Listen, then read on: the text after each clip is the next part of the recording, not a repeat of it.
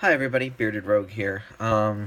Sorry about the blazing white light behind me. I'm recording from in front of my desk where I usually do all of my work. I'm on my lunch hour, so I'm just kind of recording here in place. Normally, I would have a big shelf of stuff behind me, but all that stuff is no longer on the shelf, so an empty shelf doesn't make for a very interesting backdrop either, so I was just kind of limited to what I had. Anyway, regardless of all of that nonsense, hi guys, I'm here today to talk about what I'm bringing with me to UnPub, specifically as it regards to game designs and what I feel is good convention prep for that sort of thing. So, let's just get down to it. So the first thing is last night I went out and picked up some of these. These are clear acrylic table display objects. You will typically put a item into them on your table to basically advertise what is there. The UnPub guys are usually really good about giving whiteboards to people. So you can at the very least get the, basic information out. But with one of these, you can take one of your sell sheets or another piece of marketing material if you don't exactly have a sell sheet. Slide it into here, and then just set it up right on your table. So like here's my Back to Earth sell sheet inside one of these, and it looks really good other than the reflection of my camera in it. Ooh. Anyway, I went out and bought these last night. They're very, very good. They are almost a necessity at conventions that aren't UnPub, just because it's always good to have some way to let people look at what it is you're doing on a tabletop without having to ask questions. Like, some people are more than willing to walk up and just be like, hey, that looks cool, what are you playing? But there are other people who'll just kind of walk around and browse at what's going on the tables and everything, and with one of these set up, people can actually look at it and get an idea of what you're doing and whether or not they're interested without having to actually ask you or interrupt the game or a rules explanation or whatever else might be going on. So, incredibly useful. You can get these at Staples, Office Depot. I'm sure there are non-office supply stores where you can find these, but I picked up 2 of them just in case we need extras. Very, very good things.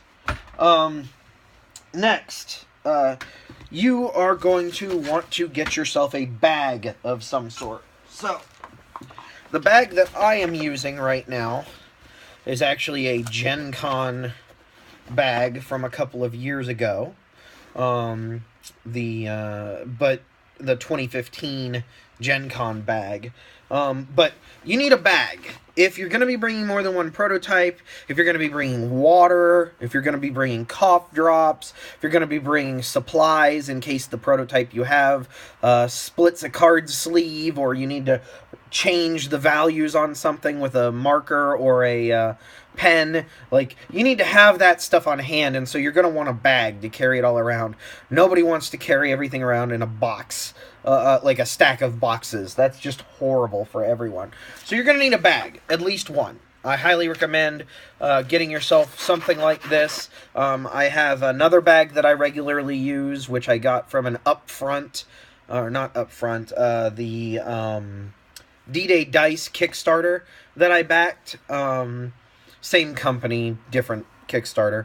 One was successful and gave me a nice bag. The other one was unsuccessful and caused a lot of controversy. Regardless, trying not to go into Tangent City, but you need a bag to carry everything. Then, one of the other things I would recommend, and I have some in here, is boxes for your prototypes. Now, I have 2 different kinds of boxes. I have these boxes, which actually, I requested to bring home with me from assisting in the IDW booth at Gen Con. They used to hold copies of Cat Tower. They each held 5 copies of Cat Tower. They are very good for games that are primarily cards. Since a lot of my games are cards, these are really, really great for me. So I label them as to what's in it. This one has 4 games: Busted, Taco Trucks, Fire in the Library, and Whether or Not. This one has Beat 'em Up. This one has Dice Heroes, and this one has Supplies. So I'm going to pull the Supplies box out here. Supplies is one of the things that nobody really thinks about until they need it. And lots of people are going to have these around, so if you're one of those people who forgets to bring some, ask around and you may still be able to find what you need. But in here, I've got different colored sleeves and various bits of different colors, pawns, a couple dice. Yeah, I have sleeves in multiple colors. I also have just clear sleeves. This is just in case something happens to my prototype and I have to replace something. This also has a permanent marker and a pen in it. Typically, you can never have enough pens. You can never have enough Sharpie markers for writing on things. So that's... I highly recommend having something like that with you, just in case something goes wrong and you need to fix a prototype or alter a prototype. You don't want to have a game that's unplayable. You also don't want to have a game where you're telling the people who are playtesting your game, well, just do whatever's on the cards except for this one which actually says this, and this one that actually says this, and these 3 actually all cost this different amount. And that's horrible for everyone. It's horrible for you to try to keep track of all of that. It's horrible for everyone else to try to play that way. So it's better just to be able to make alterations to the prototype on the fly. The next thing I highly recommend is one of these. It is a thin, hard plastic case for containing documents. It's big enough to hold larger than a 8.5 by 11 sheet. The reason I recommend this is because as game designers, we are going to carry around a lot of paper things. So, a board that I made with foam core and tape and a sheet of paper. This is the board for Fire in the Library. And then, one of the things I've done this year, I used to just have all of my stuff in there together, separated by type of document. Now, I've got a folder for each game that I'm looking at showing off. And inside this, I have a rules document, at least one, and cell sheets. Right now I'm going with 5 for each game. This way, I have on hand anything that I need in case a publisher is interested, in case somebody wants to just reference the rules or the cell sheet. The cell sheets, obviously, I can use to display on the table what we're playing, as I discussed before.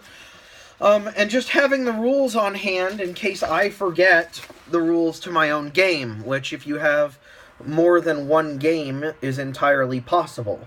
In the case of Taco Trucks, I also have the prototype board, because I haven't made it a very fancy board as of yet. But, yeah.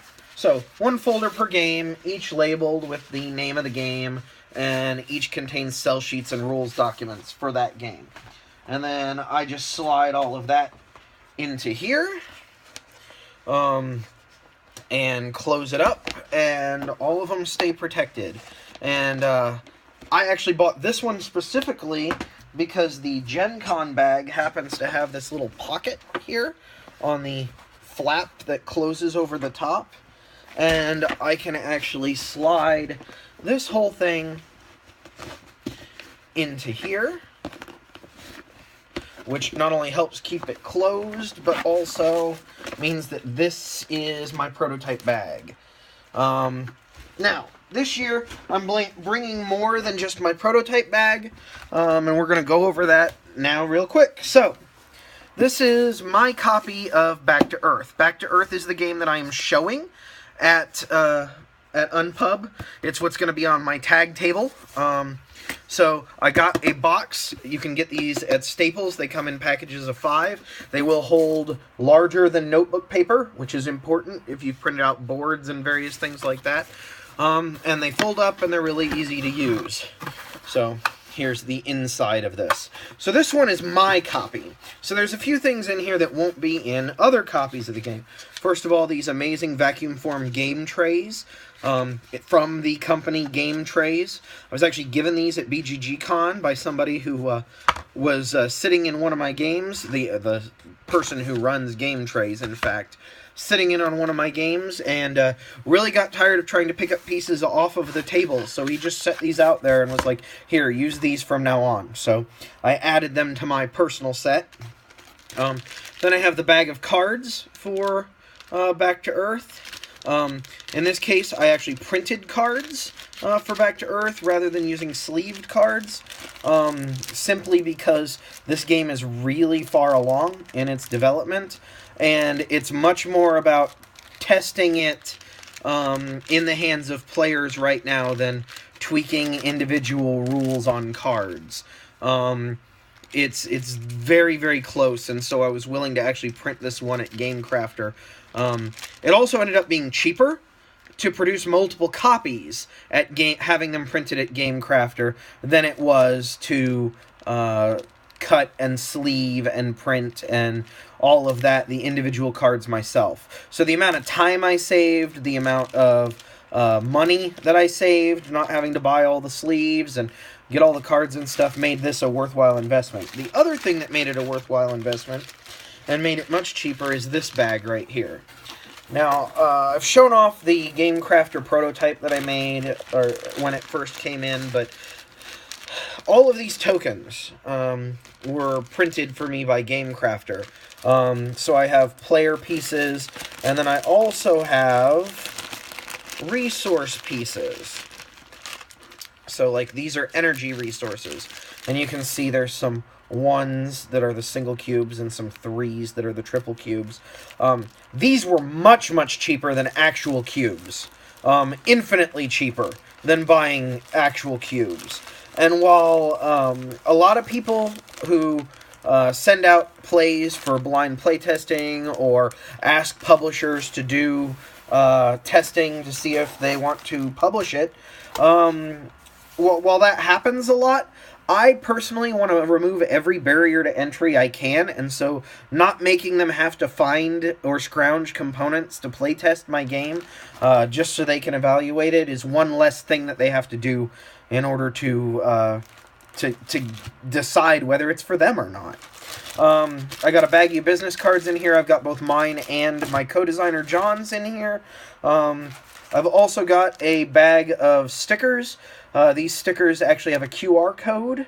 They say Build the Robots, which is the old name of Back to Earth, but this QR code actually takes you directly to a Dropbox, which has all of the print and play files for this game, the sell sheet, the rules, all of that stuff, and I like to take these and just stick them to the back of the business card when I hand it to someone, so that they have that on hand as an additional reminder in case they either don't want a sell sheet or would prefer digital copies. Then I have a rule book, just like the rule book that I have in my folder separately, but I have a rule book in here for reference, and then all of the player boards and the main board. Now, these I was originally going to try to get them laminated, and that didn't happen. Lamination is actually really expensive. It's cheaper to just buy a laminator and do it yourself, but that wasn't an option. So in order to save time, what I did is I took a sheet of cardstock and a sheet of regular printer paper. I printed on the regular paper, I backed it with the cardstock, and I put it in a clear divider page holder protector like you would put in a 3-ring binder. And then I snipped the binder holes off the side. And that gave me a protective surface and some extra weight to what would otherwise just be a sheet of paper. And that ended up being very cheap, much cheaper than laminating. Like, I think I bought 25 of the sheet protectors for less than $5, and then the actual paper and stuff was things that I already had lying around. So, you know, not counting paper and ink as expenses, it was literally sheet protectors and the work. So millions of times cheaper than having them printed or laminating them myself or any other nonsense like that. But that's my copy of Back to Earth. I am also bringing, and this is pretty much the last thing here, 4 more copies of Back to Earth. So each one of these is going to be basically a complete game, much like the other one that I showed you. The difference being is that it won't have business cards, or it'll have a business card, not a baggie of business cards. But it'll have my information in here and all that good stuff.